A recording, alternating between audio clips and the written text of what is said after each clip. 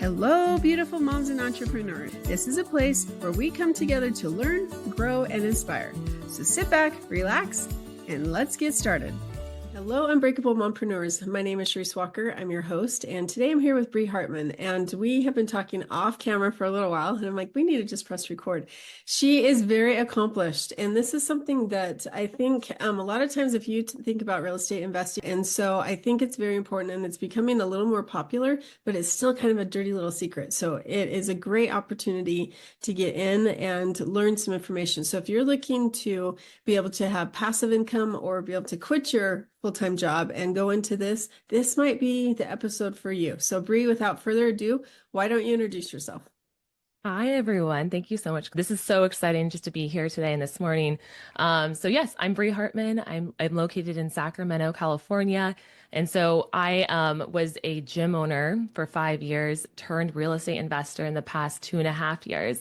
And so we always joke is that we had one accidental rental. So we were like, hey, we're going to go get a rental, we'll go buy another house. And this is going to be the game changer for us. And so once I rented out the house, I was like, whoa, especially in California, you learn, you've got like service dogs, you've got toilets, you've got all these tenant stuff and mildew and black mold scares. And so that really pulled me into what else is out there from a real estate investing standpoint and how can I make money and then also live this life with life options for my baby girl.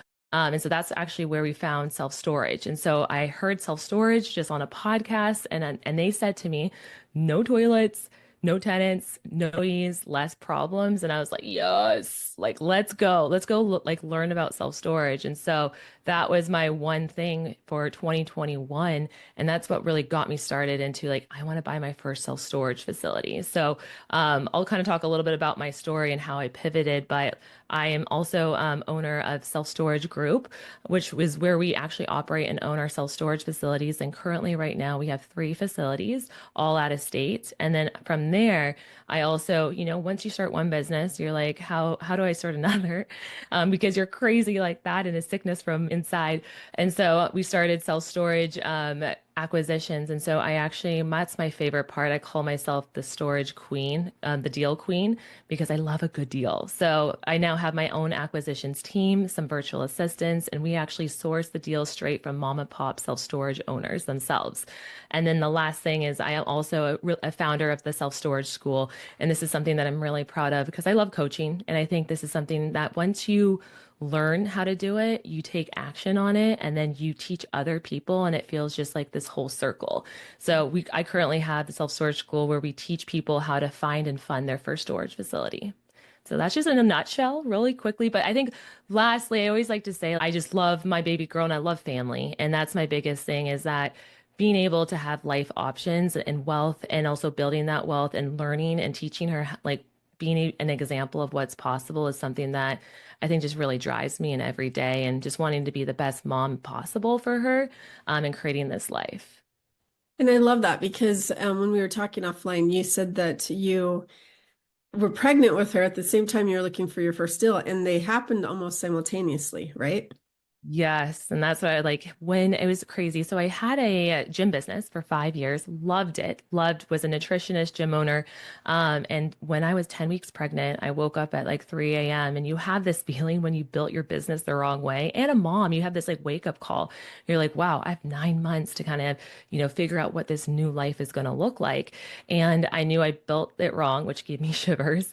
And I'm like, okay, there's got to be more, what else is out there? Once you start one business, what else can I reverse engineer and have that wealth, time freedom, and life options? And that's how I really found real estate and became in love with it. And I always joke, my husband at the time, I woke up, I bought a $2,000 ticket to Las Vegas at 2 a.m. in the morning. And I told him in the morning, guess what I did? And he's like, what? And I'm like, I bought a ticket to go to Vegas to go to a self-storage convention with like 3,000 other people. I don't even know one thing about storage. And he's like, Okay. I know there's a lot of hormones right now, but go do your thing. So I went by myself. It's mostly a male dominated, I would say, sphere, and plugged myself in. Didn't even know what the word acquisition meant, which means just finding deals. And from there, I just came back and I was like, this is an incredible, not only business, but an asset that I feel like I can not only get involved in, but own and remotely manage it from afar. And so that's my goal right now is to own in 5 years 10 to 12 self-storage facilities, all remote managed with a boots on the ground 1099, where I can actually work from Sacramento and systematize and have that wealth and life options for the future. So let me ask, because a lot of times there's a lot of different mentors that will tell you and people that you should start in your own backyard and you should get to know what's going on there. And none of the three are in your own backyard. They're all, I No. mean, many miles away. And so do Yes. you fly there to go inspect them or are you teaming up with people? How do you run it? No, that's such a great question. And I feel like that question's like two-pronged, where I always like tell my self-storage school students, like, what is your competitive advantage? And, I live in California, which is so expensive. Sacramento, very expensive lifestyle and real estate. And so I did start 4 hours from the radius of where I live and quickly just found out getting beat out by over $300,000 offers. And so that was where I was like, okay, there's got to be other facilities elsewhere. So, but I always say, like, what is your competitive advantage? Where do you want to go? So I started to invest in Louisiana because I love New Orleans. I love going to Mardi Gras. I love going to the games. And so that's why we actually bought 2 facilities in Louisiana. And then sometimes a deal just pops up and you're like, it pencils, it underwrites well, and I'm going to go figure it out. So that was like one part, of that process. And I forgot what was the last part. I like had a great cue in on Do the, you what go, was do it? you ever go inspect it before? Oh, yes. So inspecting it. So this is the best part is like when I was pregnant, I was like 8.5 months, and I actually partnered with 2 other partners that I met at a conference, at a self-storage conference. And so what was wonderful about this was that I wanted to go do due diligence and everything. And my partner's like, you know what? You stay here. We do not want you having a Louisiana baby. We're gonna go, trust us. We're gonna go. You can create a checklist from us and we'll check in, every single day. And so that was something that really was a great lesson, I think, especially in motherhood, was that you don't have to do this by yourself. And that's something that I always tell my storage school students is like, you don't have to do storage investing by yourself. In commercial real estate, different than residential, there is a bigger piece to the pie. And so I'd rather own 50% of a watermelon than 100% of a grape. And that's something that you can really, explore partnerships, the right partnerships, because that is something that's really important, and making sure that you have opposite skill sets and then you guys can divide and conquer, and then also reduce the risk by, putting in just 1/3 part of the money. So that's another big piece that is important. And that was a big learning lesson in my like pregnancy and closing this deal, was that trusting others, it's safe to trust others, and, to partner and to, divide and conquer. And that's something that I don't think people understand a lot is that in real estate, if you do it on your own, you are going to like flounder and flop. It is absolutely, especially when you start doing the bigger deals like you're doing, it has to be a team effort because you cannot do everything on your own. And trusting other people, that's something you have to get to because if you can't, I know.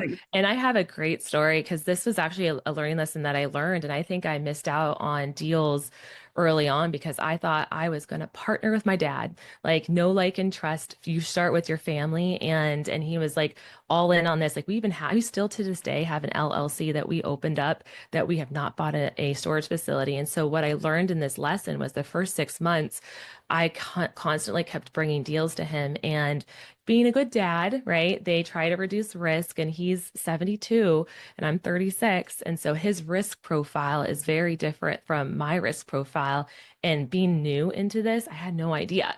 So I was like, no, like, and trust, family, family, family. I'm going to invest with my dad. And so constantly with the no, hey, this doesn't pencil, or hey, I don't like this. And we missed out on a lot of deals because we were slow. And there was always something not good enough to make that pencil. And I think that as a father figure, they want to protect you. This was a new thing, and just being in two different risk profiles. And so I always say that was where I learned that lesson. And instantly from there, I went to a conference. And after going to that conference, most people don't take advantage of it because they lose the relationships. They don't build the relationships afterwards. And real estate is a long-term game with long-term people.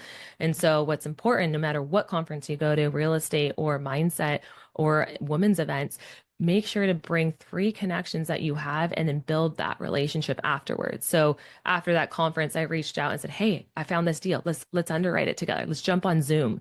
One lives in Missouri, one lives in Southern California.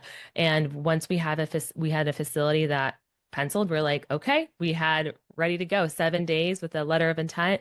And then we did the partnership dance. So I think it's just an interesting kind of, I think, to explore that and just kind of think about partnerships in different ways. No, that's very, very true. And family can be your biggest supporter, but usually they're not.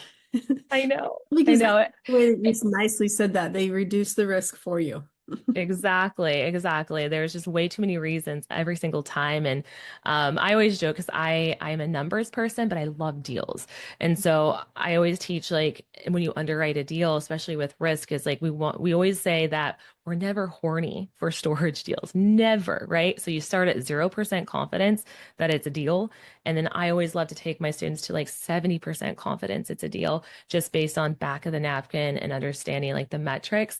And then how do we take an arrow, kind of like archery, and then go from there, a little bit deeper dive. And at 85%, that's when you shoot that arrow. And that's where that goal is, that you'll never feel 100% ready to jump in. And this is where I kind of want to talk about the mindset piece to this, because there's a lot of people that think that you're like, when you find the deal, you'll know it. And you never will constantly feel ready. But I think the number one mindset thing that especially brand new storage investors or even real estate investors can get trapped in is, I don't know how to fund the money, right? I don't have the money part to it. And so going from one accidental rental, like a $300,000 house was literally what I bought, to a $3.1 million storage facility. And so this jump is gigantic. And thank goodness I was brand new. I didn't know what I didn't know. And that was what probably helped me. But a lot of people are like, I don't know how to make that money. I don't have that much money. I would never be able to invest in a $3.1 million deal.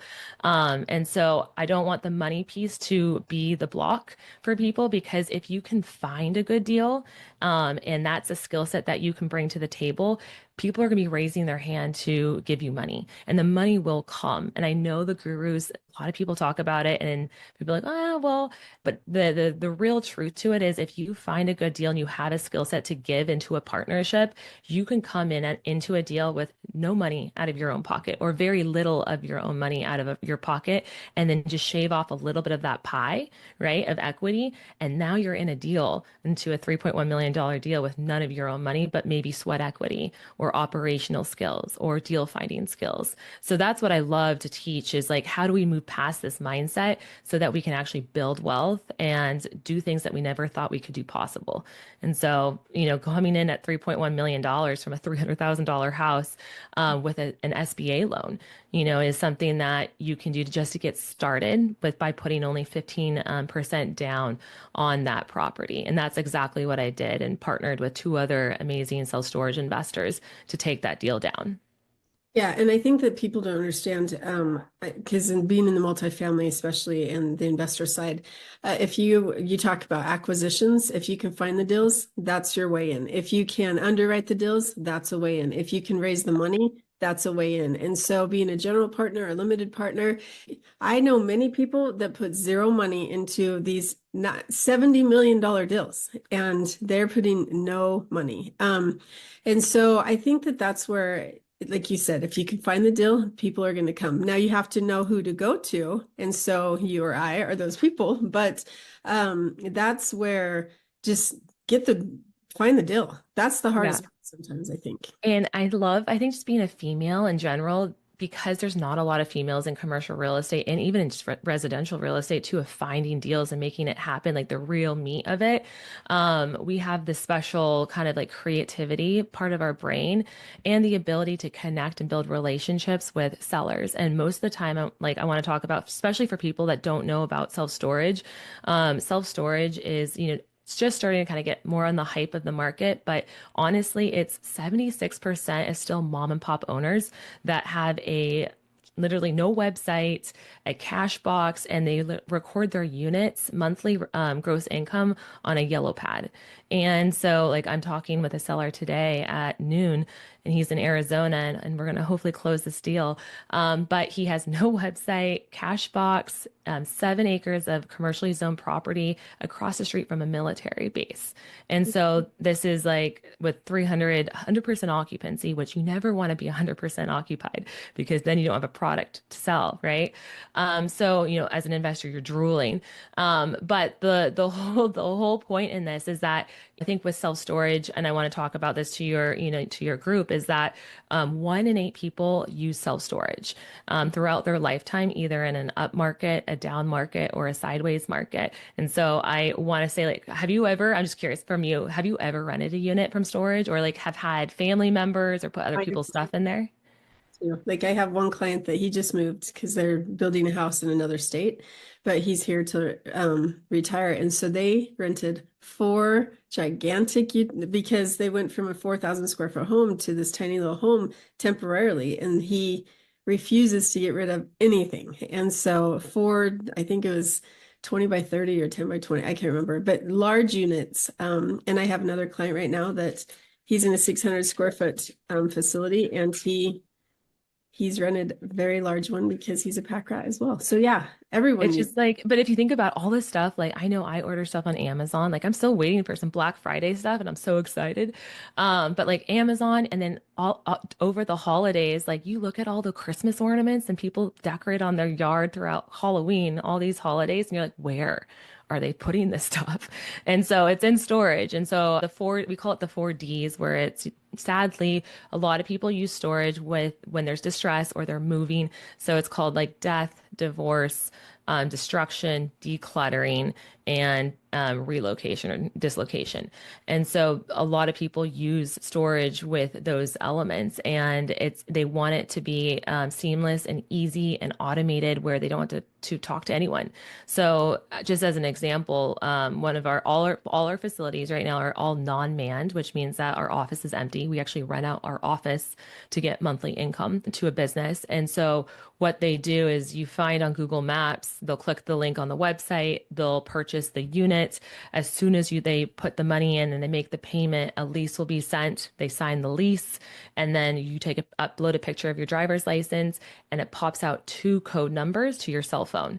And so you don't know, they haven't talked to anyone yet. And so those code numbers, they drive up to the gate, put in a gate code, they get in, they go to their unit, there's a smart lock, they put in their code there, they pop it open and they put their stuff in and they put their own lock on and drop our other lock off. And if they don't, they pay $50. And then we have got QR codes all around the facility. So we have call centers. So if anyone had any issues or anything at all, they would have the opportunity to talk to a representative. And so, but what's beautiful about this is that they didn't have to talk to anyone. I didn't have to have anyone there. There's no employees. And so that really helps reduce the cost from a business standpoint, as well as a headache standpoint. And so I have a wonderful woman who works for 2 of the facilities, and she works 15 hours a week as a boots on the ground and does auction items and cleanup. And that's all I do. So that literally is as simple as it can be. And I always joke, a lot of people talk about hotels and RV parks and all these things. And I love self-storage because it's a simple asset class and a business that you can scale. And it's a 10 by 10 cinder block building with a roll-up door and literally a concrete slab. There is no toilets, no tenants, no employees, less problems. And you can't mess that business up. There's like, if you can operate it better than this 80-year-old that I'm going to talk to in Arizona today, you are going to do very well, and that is an underperforming facility that you will bring up and be able to not only cash flow but 2x your wealth once you sell or refinance. So just a little bit of background about self-storage. I know I went into detail, but I'm passionate about it and trying to make it sexy so people understand. That is amazing. Okay, so can you kind of share what are the 4 steps to getting started? Yes, no, absolutely. So I wanted to show you guys just one of my favorite ways I think that I teach my self-storage school students to find self-storage deals, because I know people in their brain right now, I think we talked about mindset, but the number one thing is they think they don't have the money, which we already solved and talked about that. And the second thing is that they think that they're like, well, how do you even find a deal? Like, how do you even find it? And they stop before they start. So I am going to like share my screen and kind of walk you guys through just like the simple steps that I do to take my students through, because I want to make sure that you guys feel like you can look at self-storage and go out there and drive for dollars and pop in. So I am going to share my screen really quickly. Let me open this up. Okay, I'm going to share my screen with you guys. So I want to hear from you. Give me one city. I'm going to put myself on the spot. One city, send request. Oh, Okay. I'm gonna try that again. Oh, yeah. Okay. Perfect. So give me one city that you are interested in that is greater than 8,000 people, less than maybe 150,000. Um, let's do Bountiful, Utah. Ooh, okay. I love Utah. I love Utah so much. That would be goals. Okay, so open up Google Maps, and this is called, we call it the Google Map pack. And so if you go to Google Maps, you put Bountiful, Utah, and then you kind of, I want to show everyone kind of where this is if you're on YouTube or watching this. And then what you're going to do is you're going to click nearby right here. And then once you click nearby, you can put in, because Google's great that now with AI and everything, they have all the businesses that you could possibly imagine in here. So I'm going to click self-storage, and what it's going to do is going to populate all these red dots, which is the Google Map pack. And I'm going to show you the 4 things that I look for mom and pop self-storage owners. And this is how I actually have my virtual assistants and myself find these off-market deals. And so if you can come in here and you can see right here on the right-hand side, normally the ones at the very top are ones that are sponsored or have ads. And then we're looking here for no website. So this one right here, Bountiful Self Storage, second one pops up, no website. And so what we're going to do is we love people that have no websites, because this is a clear indicator that this facility right here is mom and pop. And then I'm going to scroll down a little bit and see if there's any others that have no website. Here we go. Hey, storage. So I want to click on one, and it has no reviews. Even, oh yes, this is beautiful. Okay, so this is great. Let's go check this one out. Let's see here. So we're gonna zoom in. Where is this one? There it is. Okay, zoom in right here.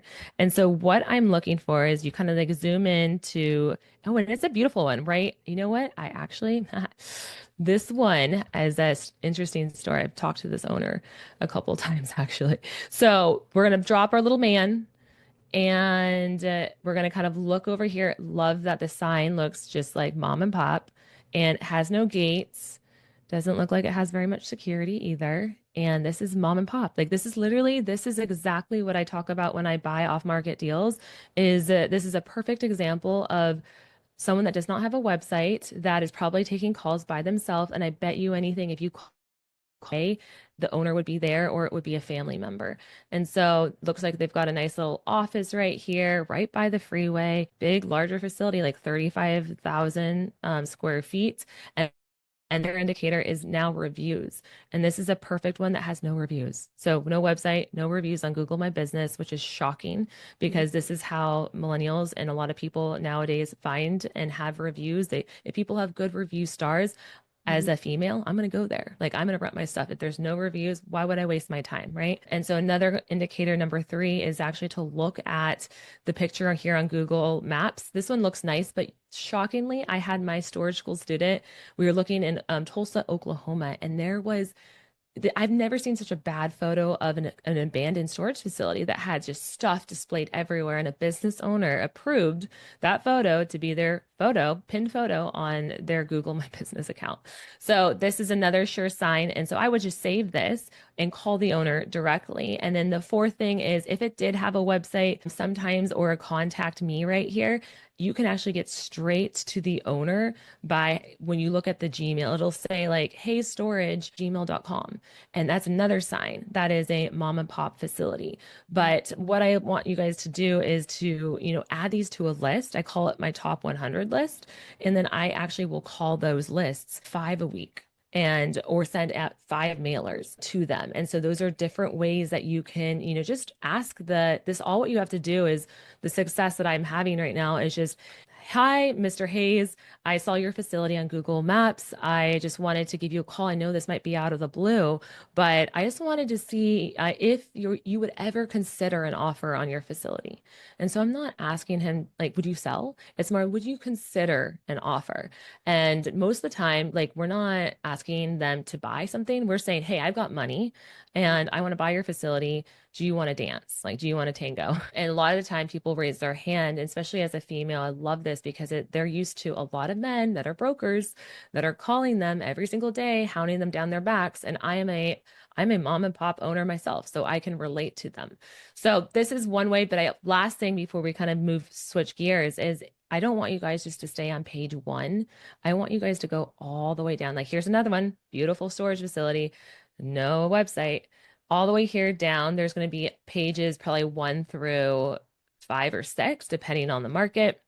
Make sure that you go, here's another facility, Diamond Cell Storage, big facility. Is that shocking?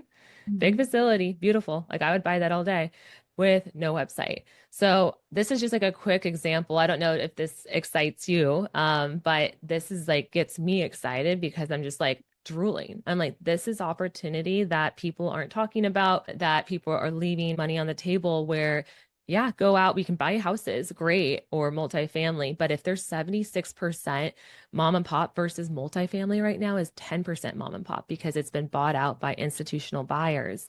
And so this is when people like Cody Sanchez talks about buying boring businesses. This is the exact thing that gets me excited is that this is the buy time now to get in to buy these baby boomers businesses that are constantly retiring day after day through the next like 3 to 5 years. So just wanted to, yeah, share my screen and kind of give you guys some action steps. I love that. And to keep in mind, a lot of the kids, they don't want anything to do with their parents. No. And so the parents are super bummed because they've spent their whole life building this business that none of their kids want. And so they don't understand the market. They don't understand the value of what they have. And so sometimes that's where you can come in and have a conversation, and they might even be willing to do seller financing. And those are all terms that I can explain later, but it's just opportunities to be able to help somebody and help yourself as well. Absolutely. No, and if you want, I can talk about a small deal that I've done with seller financing just as a comparable. I don't know if that would be of something of interest. And so this is a great example. So you don't have to buy a $3.1 million deal. You can buy a 100 unit, an 83 unit facility. And we bought this facility in like 30 minutes outside our main facility so that our boots on the ground and our team could be still utilized.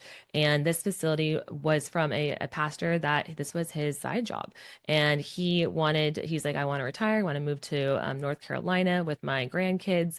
And he owned the facility outright. And so this was a great example where we said, hey, we'll buy your facility for $500,000. As an example, you guys, I just bought a house in California across the street from me.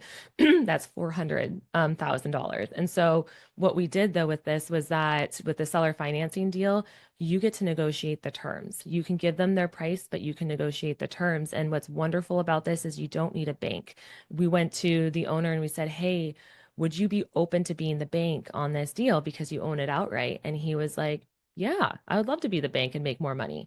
Right. And so what we did was put 10% down. So just $50,000 down on this facility. And it was a 3-page document. So easy versus an SBA loan. We signed it and we pay him $2,400 each month at a 5% interest rate. And so over the course of 7 years, he will end up making $700,000 instead of the 500,000. He'll make 700,000. And so that's something that, really entices these owners to say yes. And then gives us 7 years to execute that business plan versus the traditional 5 in a commercial real estate loan. So this was just an example, but what I love, let me just tie it in a nice little bow, is that my house in California, because I went back and forth. I'm like, my return on value. But I always love to buy 1 or 2 houses here and there. And I get $300 every month from that house. And my storage facility, all said and done, after we pay debt, 35% expense ratio, we're making around $3,900 a month. So that's 10x. That's 10 more times more just from putting $50,000 down. And then the beautiful bonus to this is that our plan with this one is to refinance or sell in spring of 2025 coming up for 1.1 million at a 7.5 cap. So that's 2 times in your money, which is the exciting part. So if you go from 500,000 to 1.1 in about 2.5 years, that for me is like, that's a win. That's a win all day long. And then you take that money 1031 and go bigger. Yeah. And the benefit to the seller is they're making more because they're getting interest, but tax benefits as well. So, I mean, there's so many opportunities for both sides that it's better if they will do it and they don't need the money right away. So, And I wanted to share is like, I'm not special, and I was a personal trainer, gym owner, and so mom, and this is the thing is like, I think sometimes deciding like I'm meant for more, I want more, and I think making that pivot for me, and I think just seeing these different skill sets that you get to step in. I don't have any real estate in my like, I don't have a realtor uncle or an aunt, and a dad that was like, well, once you show me proof, now I'll come in. And so I think I just wanted to share with you guys is that anything that you feel like you want to try to do, it's possible. And putting yourself and plugging yourself in with the right community and the right people, I think just really help you to kind of solidify that deal. I love that. That's so good. Well, Bree, thank you so much. Now that you have been a mom for a couple of years, I want to ask you if you were at the park and sitting on a park bench and this 9-month pregnant woman came up to you and you have a conversation, what is one piece of advice you would give her, knowing what you know now, any stage? It doesn't have to be like just as a new mom. Oh, it makes me almost want to tear up. I would say, it's constantly betting on yourself, Mhm. and I think really wanting more and knowing that you can do it. And I love this book. I'm like just started. I can't remember her name right now because I'm a mom and I was up at 2 a.m. But it's called Worthy. And it's an incredible book just talking about like, I think women being worthy and you're worthy for it. And a lot of men out there like are unapologetic about this and they go out there and they take opportunities. And I would tell her that, especially as like, I think modern motherhood, there's this expectation of when you have a baby and when you have a family, you're expected to be a mother, you're expected to be a good wife, a good cook, a good, stewardess of the household, and an Instagrammable person too, doing all these things. And I think also being able to, put in your business as well, because I think, and I love like what your podcast talks about is being this modern motherhood that I know for me, I love business and I have so many ideas that I always wanted to have this dual life where I'm a businesswoman and I'm a mom and I'm a wife and a friend. And I know that right now it can feel like if you step into motherhood, you can't have it all. But I want to say to that woman that you can. That yes, will it be a little bit difficult? Absolutely. But never to just always to be unapologetic about it. Because yes, during business, you kidding me? I just dropped my daughter off at daycare. She has a little bit of a cough and a runny nose. Might get a call from daycare? Absolutely. But during business hours, I get to put all my creativity juices and get to show her what's possible and create something that I never thought I could do ever and work on something that I love. And then at the same time, when I'm a mother, you're getting to put your love into your family. And at both of these is being honest because people aren't honest. When you are a mother, you're thinking about the 12 other things you need to do in business. When you are in business, you're thinking, oh, I'm such a bad mom because I just dropped her off with a runny nose. And so I would tell her, and I'm very passionate about this, is to bet on yourself and to unapologetically show up as whatever you want and whatever you envision for yourself in motherhood. And you don't have to go by this new modern motherhood stereotype. You can create your own definition. I love that. It's amen to that. Amen. I know. I got really passionate because I never really, I guess, said it and thought about it so clearly. So thank you for asking that. Well, thank you for coming on the show. I really appreciate it. Thank you so much. And if anyone wants or interested in self-storage or just wants to say hi, I'm always on Instagram. I love being a human. So say hi to me. It's at Bree, Bree the investor. And then if you guys are interested in self-storage or just talking to me about how do you find more storage facilities or getting into the self-storage school, feel free to text me. I will send you the self-storage quiz and then a bundle with an analyzer, as well as what is your self-storage buy box template. And so I'm only going to do that for your guys's, podcast. But if you can send me just the storage and then where you found me or listened, and I will send that directly to you. So if they can text me the word storage and then just say, Charisse, just like where they listened to the podcast. And then if they can text to 916-579-7209. So that's my actual Google number. And I will send that directly to you, that link, so you guys can download it. It's amazing. Thank you so much. I love when my listeners get to be able to connect with the guests. So thank you. It's so important. You're welcome. Thank you so much for hosting this. Yeah, thank you. And moms, if you are looking for a side hustle that could turn into a full-time job, if you're struggling because you're thinking that you're not worthy, like Bree talked about, you are worthy. And that is the whole purpose of the show, is to help you realize that you can have it all and you deserve it all. So go out and make it a great day. Beautiful moms, remember, you are unbreakable.